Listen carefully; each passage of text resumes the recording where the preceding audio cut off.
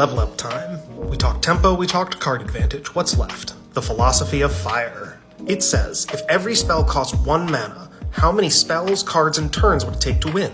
In OG Magic, the answer was 7. 7 lightning bolts by turn 4. Does 21 damage, closes the game. No card advantage on board, and it doesn't matter at all. Nothing but bolts? Hey, we made a burn deck. But we also made a basic combo deck. You could say that the most basic combo is just 7 bolts. Well, if everyone did this, how would we get an edge up? We could try to get more damage out of every mana and card. We could play Goblin Guide. If he can connect 2 times, he's already done more than a bolt. If things go well, it only takes 2 Guide, 2 bolts, and a Fire Blast to end things by turn 3.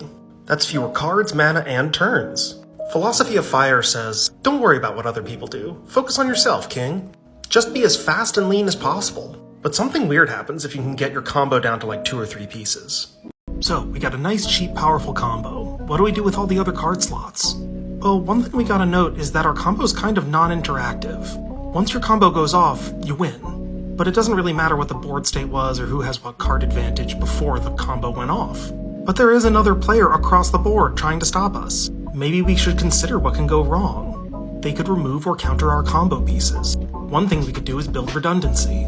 We can use tutors to make sure we draw our combo pieces, and we could use alternate combo pieces to make sure if one piece fails, we have another one. Chain of Smog goes infinite with Witherbloom Apprentice, but if they remove the Witherbloom, a Lumimancer is a cheap backup that can also go infinite with a chain. We can also just fill all those empty slots with interaction to protect our combo. Hand disruption, counter magic, that kind of stuff. That would make us control combo, and that's one of the 9 major archetypal deck forms. It's just a control deck with a combo at the end instead of a beater. This is the actual part 2 to Philosophy of Fire. Philosophy of Fire gives us an important insight. Your opponent just has 20 life, get rid of him. And you have 20 life, but you only need the last one. There's no award for winning the game with 20 life instead of 1. A win is a win. But the same is true in reverse. You don't get any points for reducing your opponent to 2.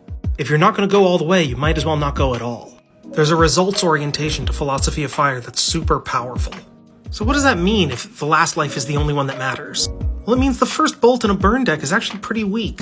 If you bolt your opponent to face, it doesn't lose them card advantage or tempo. It's almost like nothing changed. But each bolt gets a little more powerful. The bolt that takes them from 6 to 3 is a great use of 1 red. And the bolt that takes them from 3 to 0, that's the best play in the game. And this is true for mill strategies too. By the way, you guys know that a mill deck is just a blue burn deck, right? Let's open up Philosophy of Fire and see what it can teach us. It's about your goals and about the resources you start the game with. So it changes massively between EDH and 60-card one-on-one formats. The difference between dealing 20 damage and 40 damage is massive, let alone trying to deal 120 damage.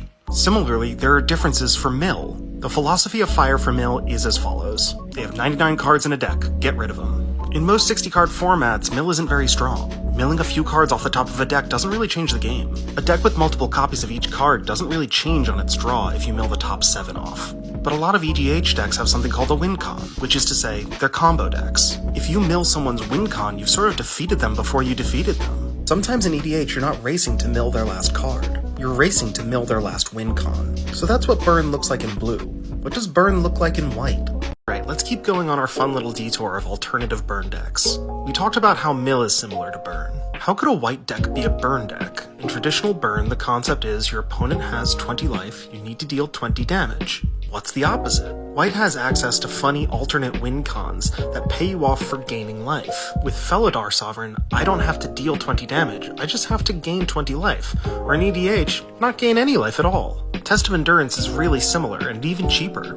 With cards like this, life is something worth gaining, not just spending. Without cards that set up the alternate win con, life gain is sort of incidental. It can usually buy you time, but it'd really better buy you answers. All this is fun, but it is sort of the fringes of Philosophy of Fire. Remember, Philosophy of Fire is about the fastest way to the win, using the fewest number of cards. Alright, so we got our nice small combo, and we talked about how we could use control pieces to protect it to make a combo control deck. The problem is, you're kind of doubled down on that combo now. You have some protection, but it's not really a backup plan. It's just kind of armor for you to deliver the combo. If they beat the combo, you're still out of luck. But there is another way. What if you could punish your opponent for focusing on your combo? You know, kind of get them to watch your left hand while you swing with the right? Decks like Groatog are aggro combo. They attack hard and fast with Aquarian Dryad, playing cheap interaction in every color but green just to pump her up. And if you stop the Dryad and the interaction, then you just liquidate all of your resources to the Psychotog as a closer. The power is that the deck doesn't have to just optimize the Dryad or the Psychotog, they optimize each other. It's essentially two decks in one working together. It forces an opponent to defend against the Dryad in the front and the Psychotog in the back.